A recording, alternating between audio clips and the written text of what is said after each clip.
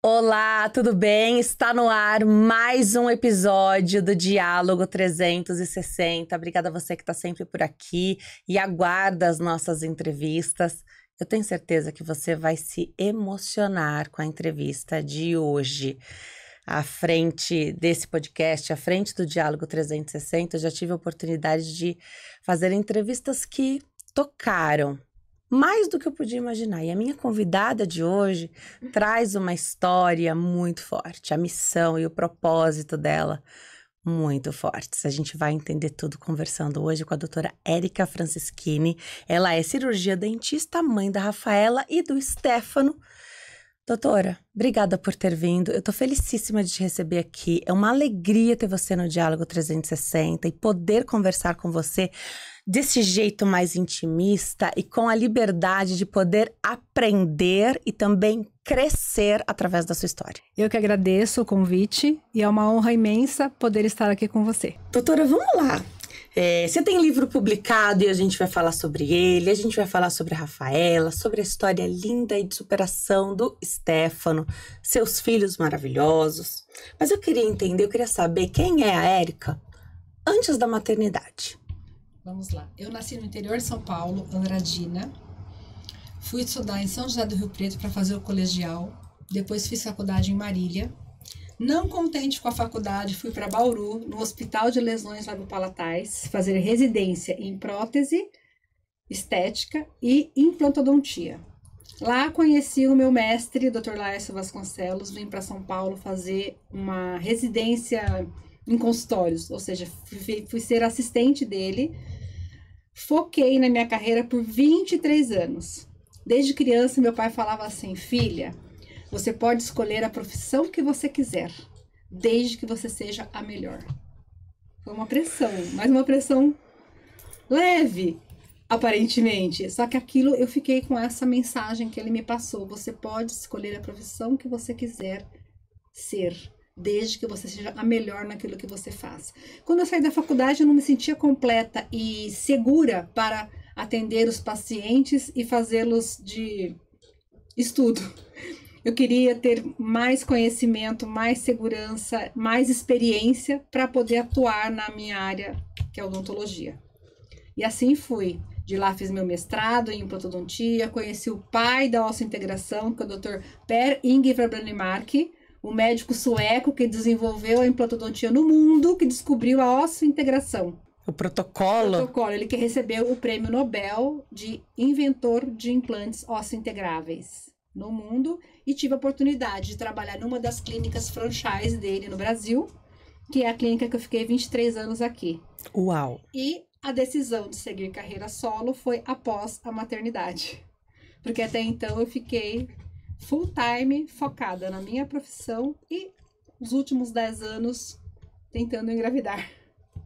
Não é o mais comum fazer a residência depois da odontologia também. Então você sempre fora da curva. Eu queria ser diferente. A melhor, pra né? tentar ser a melhor naquilo que meu pai sempre dizia. Vendo de fora, né, o conselho do teu pai, ele quis deixar leve pra você.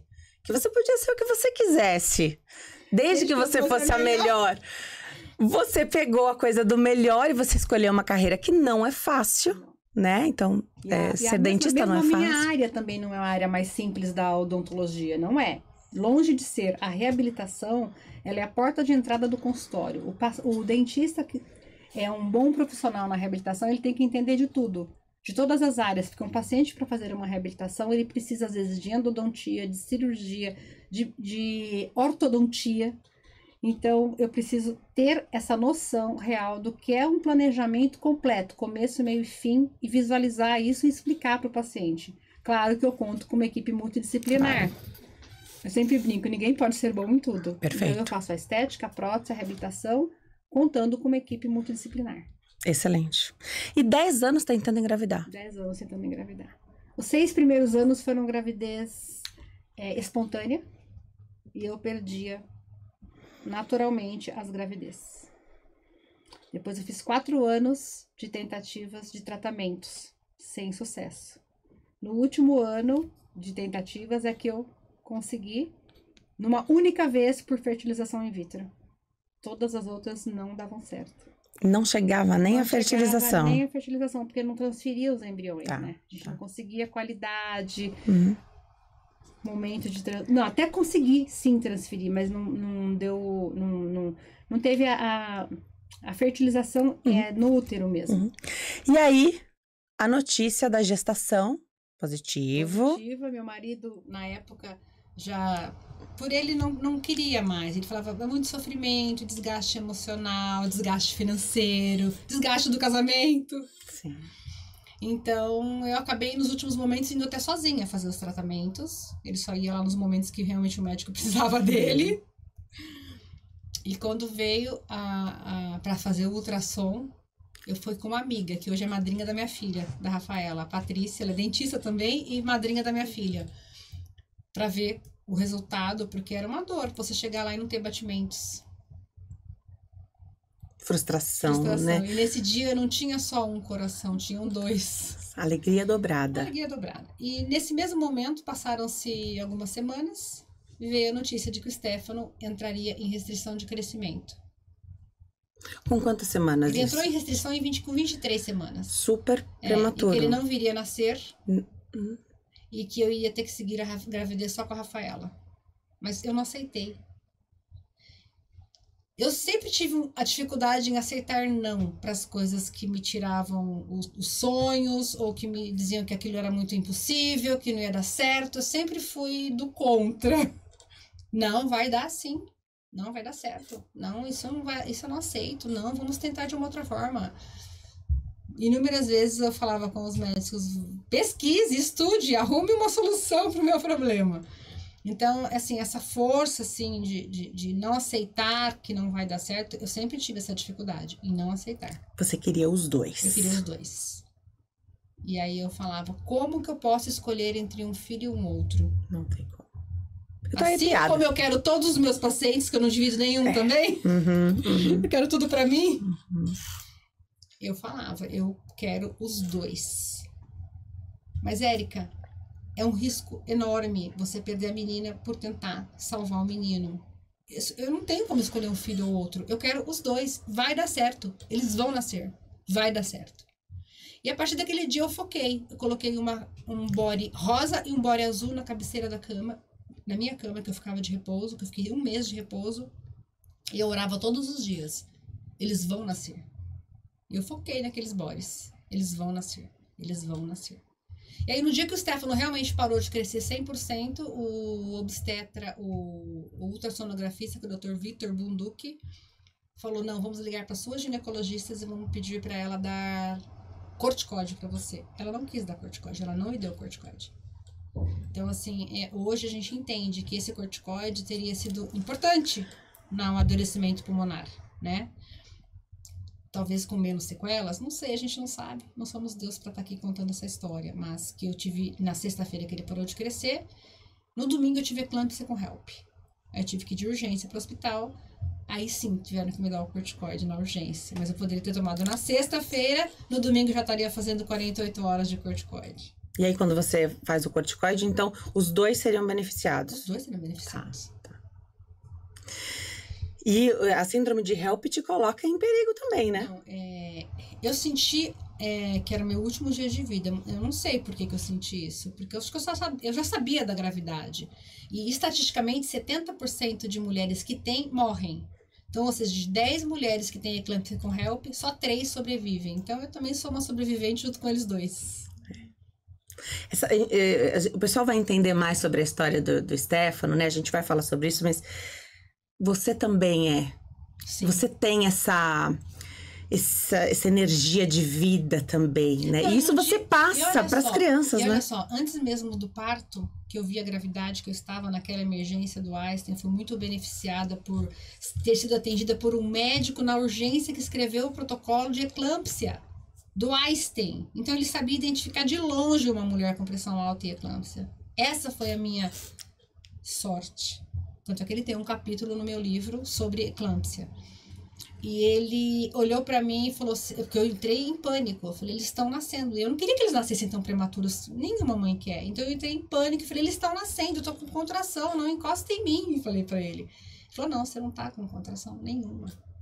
Aí ele foi me explicar, superficialmente, né?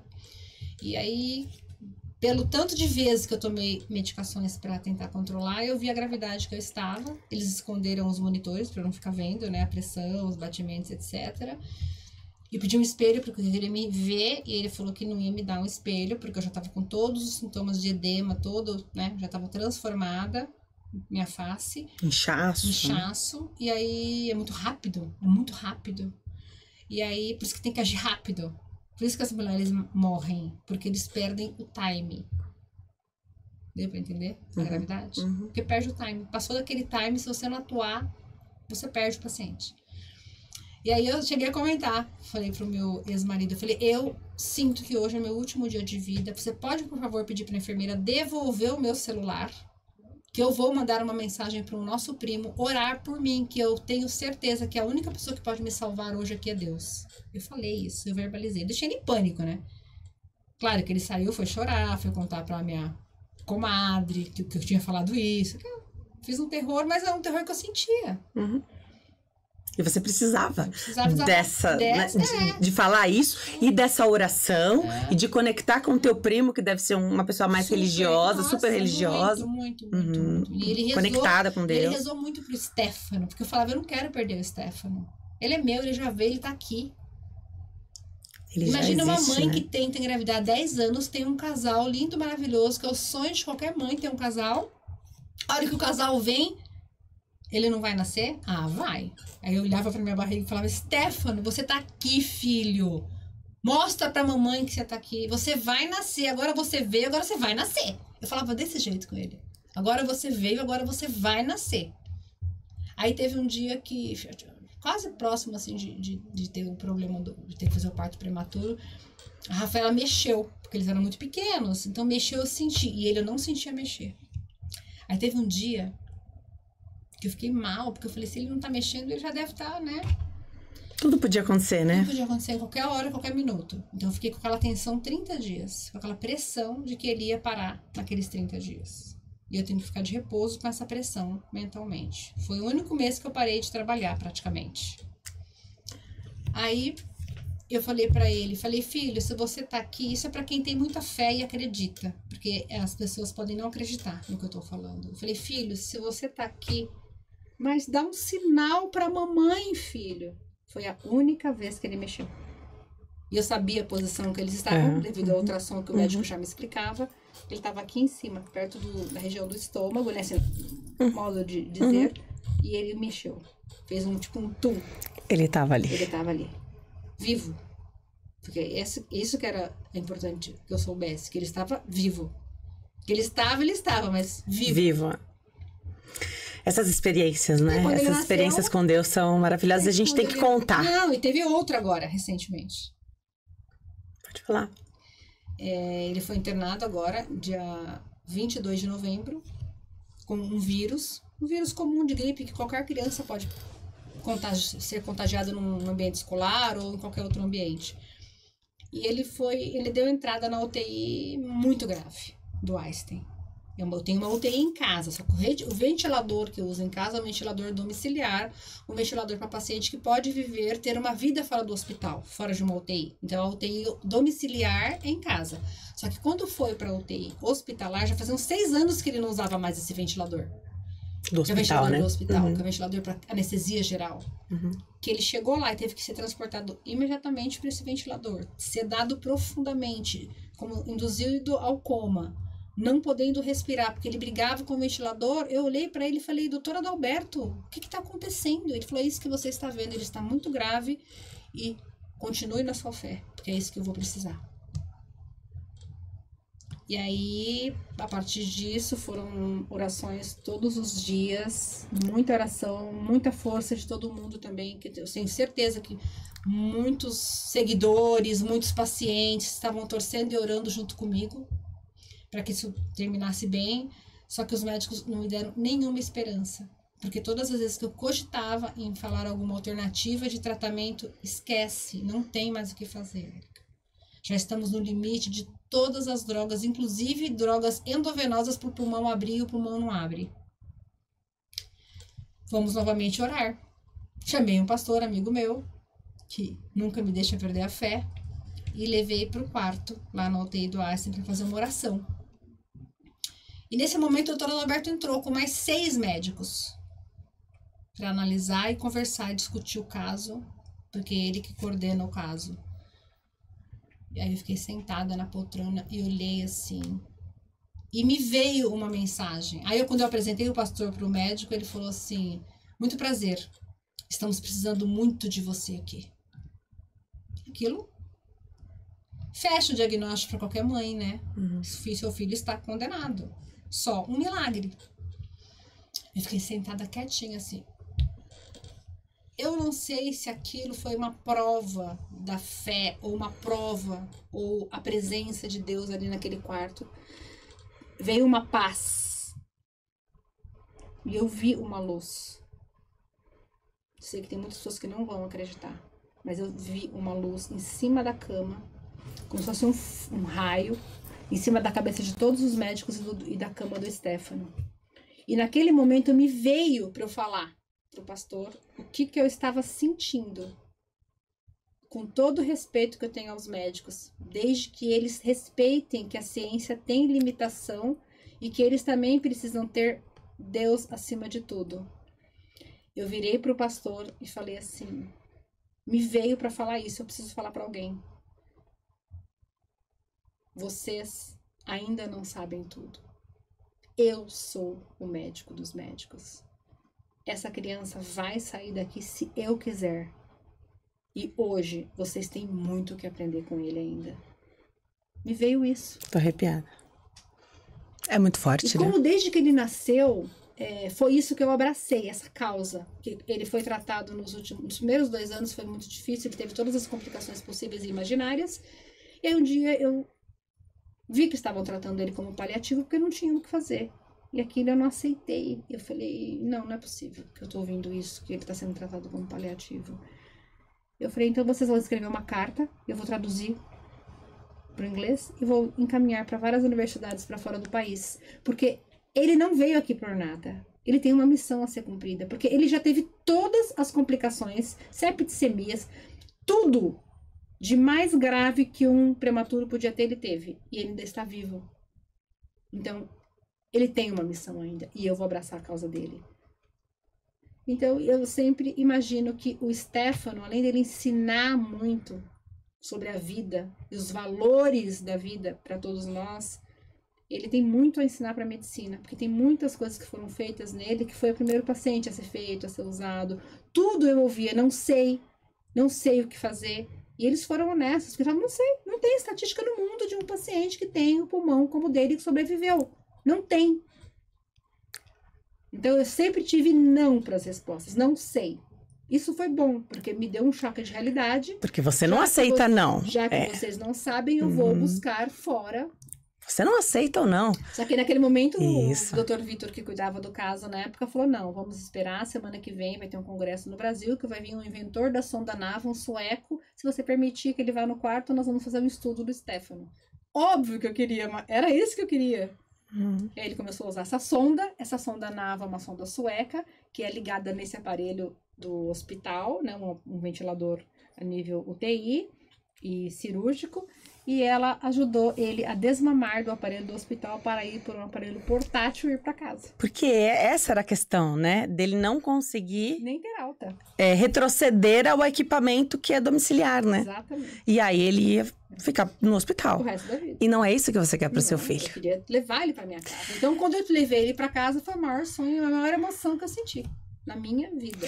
Ser mãe já é viver sobressaltada, mas como é ser mãe, você fala que você é mãe de UTI, e não só porque, às vezes, a UTI neonatal, né, então as mãezinhas da UTI neonatal também falam que foram mães de UTI, mas o teu caso não ficou só lá no recém-nascido ou nos primeiros meses, Até você hoje, é mãe de UTI, hoje, né? Eu sou mãe de UTI, eu tô frequentando aquela UTI há 10 anos, E essa missão que eu não aceito não, eu transfiro também para minha profissão. Tudo tem solução, nós vamos buscar alguma solução para você. Não ficou bom assim, vamos fazer de outro jeito. Sempre tem solução. Então, eu acho que isso é uma qualidade ou um defeito, né? Que eu tenho de não aceitar não para as coisas. Realmente é complexo. Se não tem, você vai estudar, você vai procurar quem sabe, você vai pesquisar. E a história do Stefano, então, tá marcado já na medicina. Né? Marcado. A história dele tá marcada na medicina. Ele é um case, né? Ele é um case. Essa semana mesmo, uma das enfermeiras que cuida dele há muito tempo, lá dentro da UTI mesmo, ela chegou pra mim. Eu tava lá, indo embora, ela saiu correndo, veio me abraçar e o meu Tetê voltou! As mesmas que tinham dito pra me preparar, estavam comemorando o retorno dele. É surpreendente, realmente isso não é pra gente ver com dó e com piedade, é pra gente ver como aprendizado. Nós temos que dar mais valores às pequenas coisas da vida. Um simples tomar o sol, ver a luz do dia, um vento no rosto. Isso ele não teve durante 3 anos e meio. Você conta uma história do vento no rosto, né? Queria que você falasse sobre isso. Então, quando ele teve a alta, foi de ambulância pra casa, ambulância UTI, e nesse dia eu estava garoando, e aí a equipe da ambulância colocou uma capa prateada nele, impermeável, cobrindo toda a maca para não molhar. Ele sentiu aquilo, ele não curtiu aquela capa. Ele colocou a mão, tirou a capa e ele começou a fazer batimento de asa de nariz, sentindo o vento e a garoa e aquela sensação. Eu tenho o vídeo provando a alegria dele de estar subindo no elevador do prédio que eu morava. Ele mostrou essa alegria. Ele estava entendendo tudo. A gente vai falar sobre essa alegria dele, que é uma coisa, assim, que chama a atenção de todo mundo. Ele é muito alegre, ele é muito feliz. E isso traz uma lição pra gente. Porque a gente não sabe sobre o amanhã, a gente não sabe sobre o próximo minuto. As pessoas são tristes, as pessoas ficam de mau humor por pequenas coisas. Eu também aprendo com ele todos os dias. Isso que eu tô falando é pra eu também ouvir.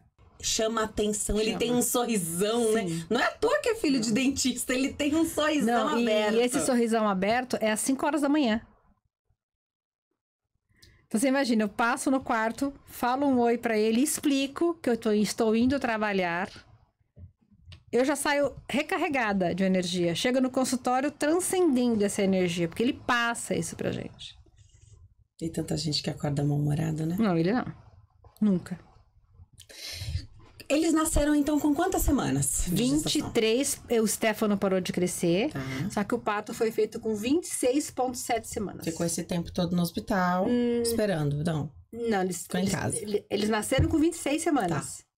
Aí a Rafa ficou 74 dias e ele 3 anos e meio. O Stefano ficou da 23ª à 26ª, eu estava de repouso. Em casa ou no hospital? Em casa. Em casa, tá. 26 semanas. É muito novinho, né? Muito pequeno.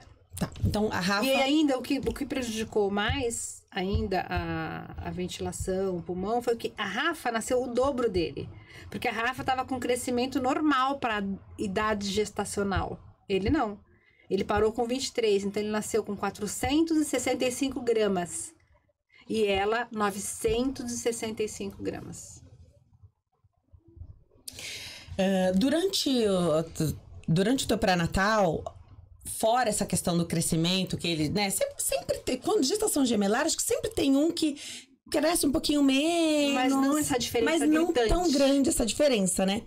Mas até aí, a diferença tudo dele, bem. No caso, não foi por ser gemelar. Foi por ele ter entrado em restrição de crescimento. Tão novinho, né? Tá. Por causa da placenta. É a placenta que começou a parar de nutri-lo. Tá. E aí, quando ele nasce... Vai direto pra UTI, você tem aquele momentinho? Não tem, né? Não tem. Imediatamente ele foi retirado e eu até na hora perguntei, cadê o Stefano? Já foi. Já foi ser aspirado, já foi ser entubado. Prepararam a Rafa e trouxeram a Rafa pra eu ver. Depois de preparada, não foi imediatamente também não. Foi entubada também. E no meio desse turbilhão, né? Então, a gente tava falando sobre o nascimento das crianças, que os dois precisaram ali do auxílio. E quando é que você recebeu a notícia? Não sei se foi uma notícia ou se foi o dia após dia que você teria alta. Porque existem casos de gestação gemelar que algum vai embora para casa, ou que os dois vão embora junto com você, né? Junto com a mãe.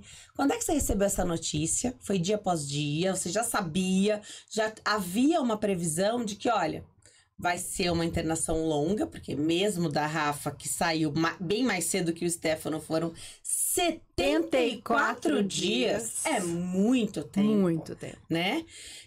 Como é que foi esse passo a passo? Essa notícia foi chegando como? Porque depois do parto, a gente fica diferente, mais sensível, tem muita coisa nova, e aí com duas crianças demandando cuidados também diferentes, né? Foi bem difícil, porque eu tive a Rafaela em casa, o Stefano na UTI, e ainda eu tinha decidido não parar de trabalhar. Desde cedo? Desde cedo. Com quanto tempo depois do nascimento você voltou a Eles trabalhar? nasceram em março, em maio eu estava trabalhando. Uau. A Rafa já estava em casa. Já estava em casa. Você esperou a Rafa sair? Se bem que ela teve um processo de retorno. Com 20 dias de casa, ela pegou uma gripe da babá, que acabou sendo o vírus da bronquiolite. Bem comum. Que é o sincicial respiratório. E ela voltou para o hospital e teve que ser entubada na emergência. Ficou mais 15 dias internada. 15 ou 20 dias. Aí eu ficava com um na UTI pediátrica, um na UTI neonatal. Tinha que ver primeiro o Stefano, depois ir ver a Rafaela. Porque eu não podia vê-la e depois ir vê-la por causa do vírus. Uma loucura. Eu tinha que trabalhar, ir para o hospital todos os dias antes de ir para casa. Eu não conseguia não ir todos os dias vê-lo. Se assumiu naquele momento, você acredita, um modo automático? Ou você estava, de fato, muito consciente dessa escolha? Não, eu não estava preparada para isso. Ninguém está preparado para isso. Você precisa se preparar. Não, ninguém se prepara. Você se prepara quando acontece. E no início, claro que você não aceita. A aceitação é muito complicada. Porque você quer viajar, passar uns meses fora, voltar, tá tudo resolvido. Esse era o meu sonho todos os dias. Vontade de viajar, desaparecer. Voltar. Por isso que eu falo, não é que você não cai. Você cai inúmeras vezes. Só que o importante não é que você não vai cair. Você tem que levantar. Você não tem alternativa. Você tem que ser forte. Você tem que ser forte para você e para eles. Primeiro, você perguntou da Rafaela. Para voltar para casa e dar força para Rafaela. Então você também não pode esmorecer. Depois você vai trabalhar. Você também tem que ser forte no seu trabalho. Porque as pessoas confiam em você. Sempre confiaram. E não podem perder a confiança no seu trabalho. Você sempre foi boa naquilo que você fez. Então, você tem que se reinventar, você tem que levantar e seguir em frente. E fazer do limão uma limonada. Não tem como fugir, não tem como dar ré. E aí, a dinâmica da família fica muito relacionada ao hospital. Complicada, então, para sua família, para você e para os dois, é muito comum a rotina hospitalar. É comum, mas você não se acostuma com coisas, com notícias ruins. Essa vez eu senti isso, como fazia uns 6 anos que ele não tinha nada tão complexo. 6 anos que ele não tinha nada tão complexo. Idas ao hospital, sim. Isso, várias, inúmeras. E eu até comentei, falei, por que eu comentei pro médico, eu falei, está parecendo que eu estou aqui pela primeira vez. Mas a resposta é, você não acostuma a perder. Você acostuma com coisas boas que você vai ganhar. Quando você volta para um ciclo que você já passou e que você sabe que é doído, você não acostuma. Então você vai encarar aquilo, parece que é a sua primeira vez. Aquela função do nosso cérebro, né? Que o nosso cérebro, a gente pensa que ele só vai trazendo a informação, guardando. Ele também trabalha pro esquecimento. Ele joga fora aquilo que você não quer lembrar. Você não quer mais. E quando você passa tudo de novo, você tem aqueles mesmos medos da perda, os traumas, voltam todos e você tem que se superar mais uma vez. Quando você pensa que tudo acabou, que você não vai passar mais por aquilo, que você encara e fala, eu não tô acreditando que eu tô tendo que passar por isso tudo de novo. Eu já vivi isso aqui. Mas você tem que ser forte e encarar. Não pode esmorecer. E isso é uma lição pra vida, pra tudo na vida. Ontem mesmo eu encontrei um pai chorando no corredor. Não sabia nem a causa. Mas já No imaginava. hospital. Porque ninguém numa UTI está com estado bom. Uma UTI só tem coisas graves. Ninguém vai pra UTI com coisas leves. Aí eu passei, olhei pra ele e falei assim: não sei nem por que você tá chorando. Só vou te falar uma coisa: não perca a sua fé. Os médicos e nós da área da medicina, da odontologia, ainda não sabemos tudo. Tem muita coisa ainda além disso. Então não perca a sua fé. Vou no quarto buscar um livro pra você. E fui. Peguei um livro que estava lá no quarto do Stefano, dediquei pra ele, pra filha que estava internada. Depois eu descobri que é uma menina, que ele mesmo acabou contando pra eu colocar o nome no livro, e pra esposa. Voltei. Quando eu retorno pra ir embora, pegar o elevador, ele estava numa videoconferência. E eu acabei descobrindo o problema da filha porque ele falou alto no vídeo com alguém. A pessoa perguntou assim pra ele: e a sua filha? Como ela está? Ele fez assim com a cabeça, tipo, e começou a chorar de novo. E falou assim, né? Mas aí ela falou: mas e a medula? Aí ele respondeu: não chegou ainda, não tem. Aí eu tive certeza que aquela ação que eu tive de dar uma força antes mesmo de saber o problema, eu acho que assim, é essa missão também que a gente tem aqui com esses problemas. Se a gente tem um problema desse e você não puder compartilhar e engrandecer outras vidas, outras famílias, não tem propósito. Então, mais uma coisa aí pro Stefano, né? Ajudar a dar forças para as outras famílias. E ter fé. E perseverar. E nunca desistir. Tem uma música que eu gosto muito, que chama É Só o Começo. É uma música até religiosa. Religiosa porque escolas religiosas ensinam para as crianças, que eu acabei descobrindo desta forma. Um filho de uma funcionária que me mostrou a música. Chama É Só o Começo. E tem uma palavra que fala que o troféu não é para quem nunca fracassou. É bem isso. Uhum. Deus continua fazendo milagres, né? A gente lê a Bíblia e vê quantos milagres Deus fez. Ele é o mesmo, né? Ele continua fazendo milagres. Continua né? fazendo. É um milagre em cima de outros, vários milagres, né? Bom, você tem uma infinidade para contar, Tenho. né? A vida do Stefano, a sua vida, porque através da sua vida foi possível gerar essas duas crianças, né? Eu ter tido já foi um milagre, né? E ter conseguido mantê-los vivos, né? Você acha que também, então, tem a fé e tem também o jeito como você decidiu encarar? Eu acho, tem sim a fé.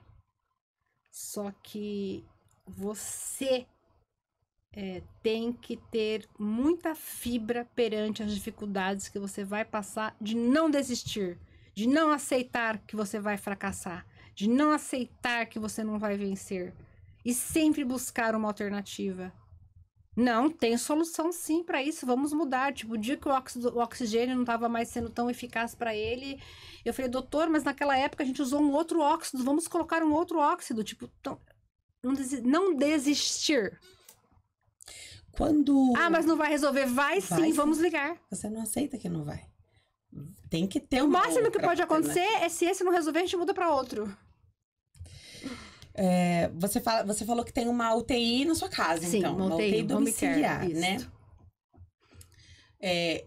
Você precisou de adaptações? Você é dependente da energia elétrica, por exemplo? Então a gente vira e mexe, infelizmente, sofre com situações aqui em São Paulo. Eu tive que aprender muito sobre tudo isso.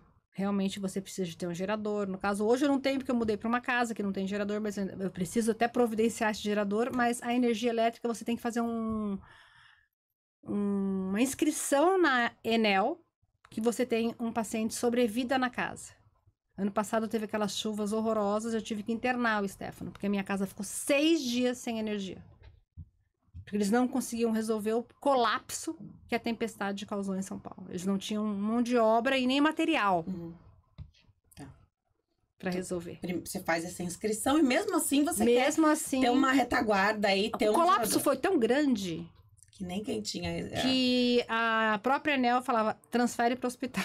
Só que eu transferi antes deles me pedirem isso, porque eu tive essa intuição. É uma intuição que eu tive. Eu falei: arruma a malinha dele agora. Eu tava viajando, nem estava em São Paulo. Arruma a malinha dele agora, que eu estou ligando no Einstein pedindo uma ambulância. Agora. Já que eles falaram que não tem previsão de volta da energia, e eu fiz assim, em 2 horas, assim, isso, assim, de informação de tempestade. Eu não esperei passar 24 horas, porque eu tive essa intuição que o negócio não tinha sido bom. Você é uma inspiração para mulheres. Então, por continuar trabalhando, por ter enfrentado as situações adversas conforme elas se apresentaram, talvez não sem passar pelas fases ali daquela frustração, de não ser, de repente, como um dia você idealizou. Mas você não deixou, você não abandonou seus pacientes, você tinha sua carreira e você decidiu, você quis continuar. Muitas mulheres optam por nem continuar a trabalhar. Na própria UTI mesmo, as mães já paravam de trabalhar. Isso. Pra cuidar e se dedicar pros filhos. Eu não quis. Dessa tua fibra. Por que eu não quis? Porque eu demorei muito para ter filhos. Nesse muito que eu demorei, eu me dediquei muito profissionalmente falando. Eu investi muito em muitos cursos, em pós-graduação, mestrado, doutorado, etc. Então, eu não podia fazer isso comigo também. Eu não ia ser tão feliz. Eu preciso estar feliz e realizada para eu poder dar todo esse suporte para eles. É uma outra fonte de energia também, e de amor. De energia, de realização, de gratificação, porque eu amo o que eu faço. Então, quando você ama o que você faz, porque você precisa manter sua família, é muito mais gostoso. Você não faz só pelo dinheiro. Você faz porque você se realiza. É o meu hobby estar ali, fazendo pessoas felizes, sorrindo e resolvendo os problemas delas, que são os meus pacientes. Então, eu não quis abandonar toda essa minha dedicação de anos para me dedicar a só ser mãe, porque não era essa a intenção e nunca foi ser mãe para virar mãe apenas. Não, eu me achava e me sentia incompleta por não ser mãe. Faltava alguma coisa. E hoje eu posso dizer que eu sou completa. Mesmo com todas as adversidades. Quando é que você decide escrever o livro, doutora? Na UTI. Como eu fazia muito tempo que eu já estava lá, nunca teve um caso que ficou tanto tempo numa UTI. As enfermeiras falavam, conversa com a Érica, pergunta pra Érica, vai lá, ela te dá uma força. Você ela já passou o apoio das mães, né? Porque ela era uma referência. A situação que o filho dela estava e que ele está hoje. Então, mesmo dentro da UTI, eu era muito chamada para conversar, para dar apoio para casais que tinham acabado de ter os filhos ali naquela UTI. Aí a gente saía, descia para o café, eu passava a minha experiência. Aí, um dia me deu um estalo. Eu falei, por que não colocar isso tudo em um livro? Se essa pode ser mais uma missão que eu estou vendo frente a todas essas adversidades. Foi aí que o livro nasceu. E esse livro é composto da história toda, então você guardou os arquivos, né? Então você fotografava tudo, guardava tudo. Os momentos, as mensagens que você recebia dos médicos, né? Então, e você dos pacientes que me acompanhavam, relatos, né? Você tem relatos, depoimentos, tenho capítulos de médicos. Como que surge, então? Como é que você decide colocar a participação desses médicos que... A história do Stefano também tá na história deles, né? Sim. Então, a história profissional e humana de cada médico, de cada profissional da saúde, porque tem os não médicos também que dão todo o suporte, sim, fazem ali o cuidado, né, com o Stefano. A história dele está marcada e foi mudada também. Não tem como falar da parte profissional de nenhum deles. Eles não vão esquecer da história do Stefano. Nunca mais. É um paciente que marcou a vida de todos, porque são os casos mais difíceis onde você mais marca, porque eles ficam na sua vida muito presente, muito intensamente. Um dia a fisioterapeuta entra no quarto, ele está péssimo. Daí 20 dias ela entra no quarto, ele está dando trabalho para ela e puxando a máscara dela, igual ela falou ontem para mim, falou, Érica, eu nem fico brava porque é assim que eu gosto dele. Me puxando a minha máscara, tirando minha máscara e não dormindo profundo, como ele ficou aqui 20 dias. Desde o nascimento ele usa tráqueo? Desde o nascimento. Não. A traqueostomia veio 6 meses depois. Tá. Já era para ter sido feita antes, mas eu não aceitava. Eu falava, não, ele vai sair do ventilador igual a Rafaela saiu.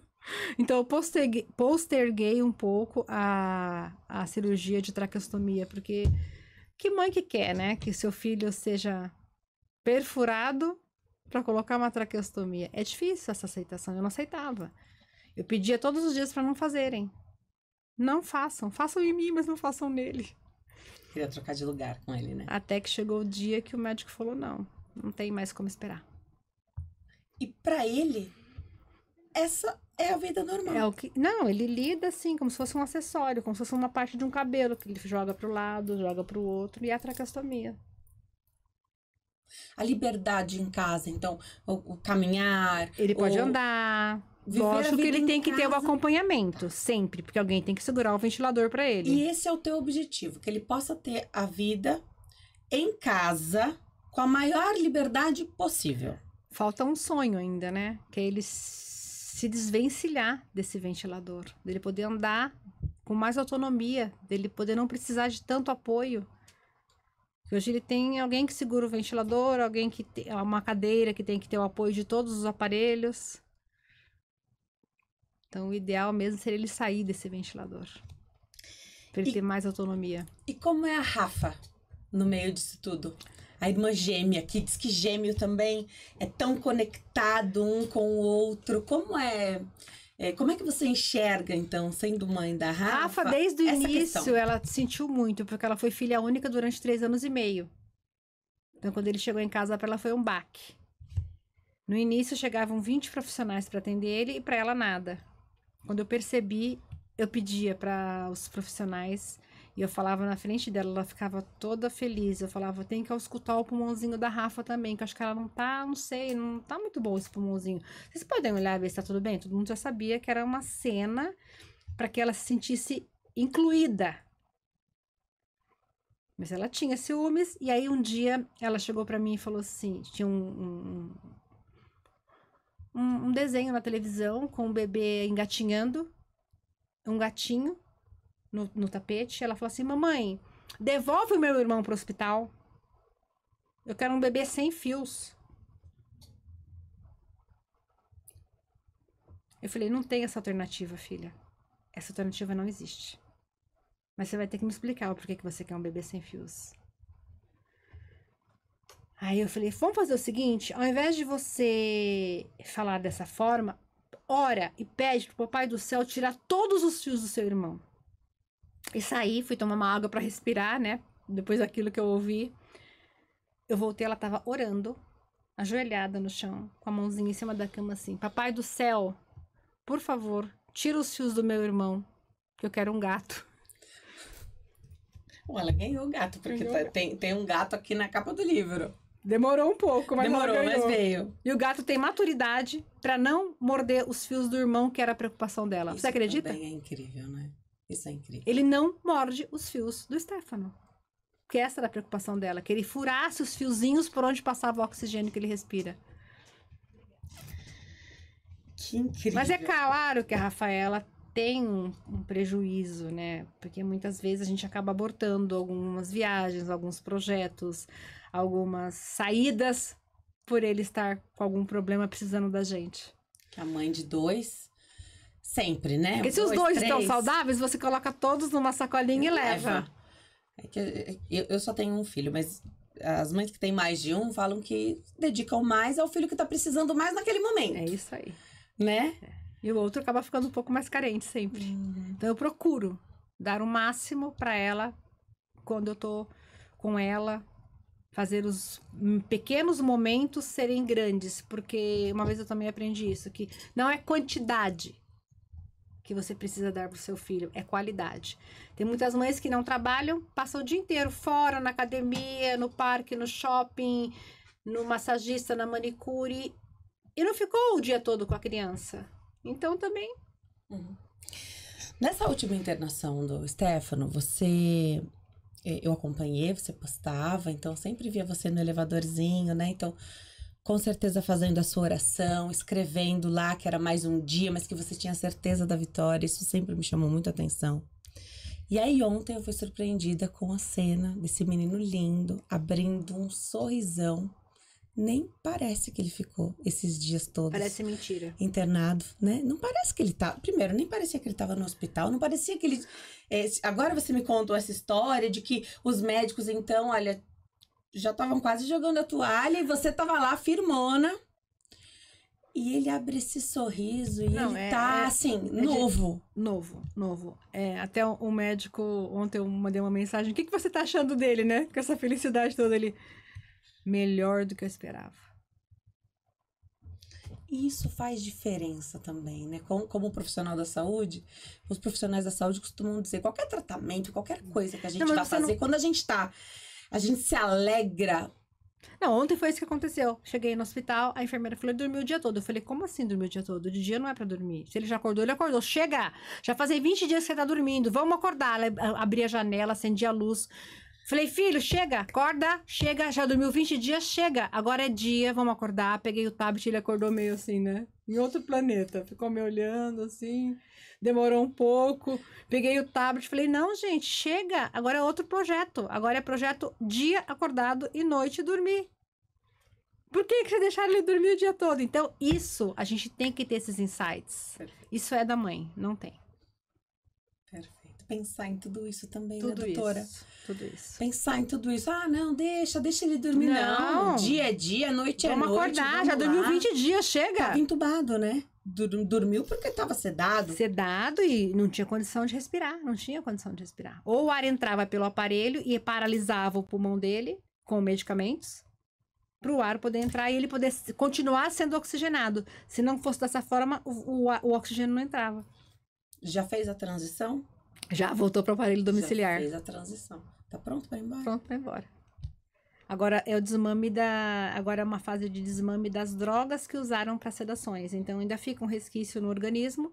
Então essa fase de abstinência eles preferem controlar lá dentro para poder dar alta, acho que segunda-feira ou terça no mais tardar. E o livro se chama Um Fenômeno, a história de superação do menino Stefano. Quem adjetivou a primeira vez? A gente sabe que ele é um fenômeno, né? Mas foi um médico também, né? Dr. Vitor Nudelman. E um outro disse que ele venceu o invencível e superou o insuperável. E continua fazendo isso, né? Continua. Que a sua vida, essa história e o seu testemunho continuem, doutora, vivos e inspirando outras pessoas ao redor do mundo. Te sigo, tô com você, também tô com você nas orações. Conte comigo. Vamos crescer juntas, como você me disse outro dia. Com certeza. E aí, assim, ó, eu vou ler esse livro, eu ganhei hoje. Vou pedir pra doutora assinar ele pra mim. E você também pode adquirir. Então, eu vou deixar o contato da doutora, que é @doutora Érica Francischini, DRA Érica Francischini, lá no Instagram. E você consegue adquirir o livro Um Fenômeno, o livro da doutora, que fala sobre a vida do menino Stefano, do filho dela, esse maravilhoso fenômeno de verdade, nas maiores plataformas de vendas de livro. Então tem na Amazon, tem na Travessa Iguatemi, que foi onde aconteceu o seu lançamento também, né? Te agradeço demais, doutora, que você possa continuar inspirando e sendo essa força para as pessoas que passam por situações difíceis, mas que não percam nunca a fé. Você é testemunha disso tudo, e o Stefano e a sua família, porque a sua família é o reflexo teu, né? Com certeza. Muito obrigada. O prazer foi imenso estar aqui com você. Obrigada. E essa é a nossa missão. Os nossos convidados não saem daqui de mãos abanando, doutora. Eu vou passar as suas mãos esse kit da Empório Magistral, a farmácia de manipulação que apoia aqui o Diálogo 360. Eu falo que é imprescindível ter sempre à mão o contato de uma farmácia de manipulação de confiança. Com certeza. E recomendo a Empório Magistral. Eles estão aqui em São Paulo, mas entrega em todo o Brasil. Ligue, mande mensagem, tire a sua dúvida, peça seu orçamento através do telefone. O DDD é 11 50 89 5123. 11 50 89 5123. Também através do Instagram, @Empório Magistral, e o site www.emporiomagistral.com.br. Doutora, obrigada por ter vindo. Eu que agradeço. Imensa. Muito Obrigada, viu? Obrigada a você que nos acompanha. Esse é o Diálogo 360. Nosso objetivo é transformar vidas. E foi o que a gente fez hoje, através dessa entrevista, eu tenho certeza. A vida é feita de diálogos e conexões. E eu te vejo no próximo episódio. Tchau.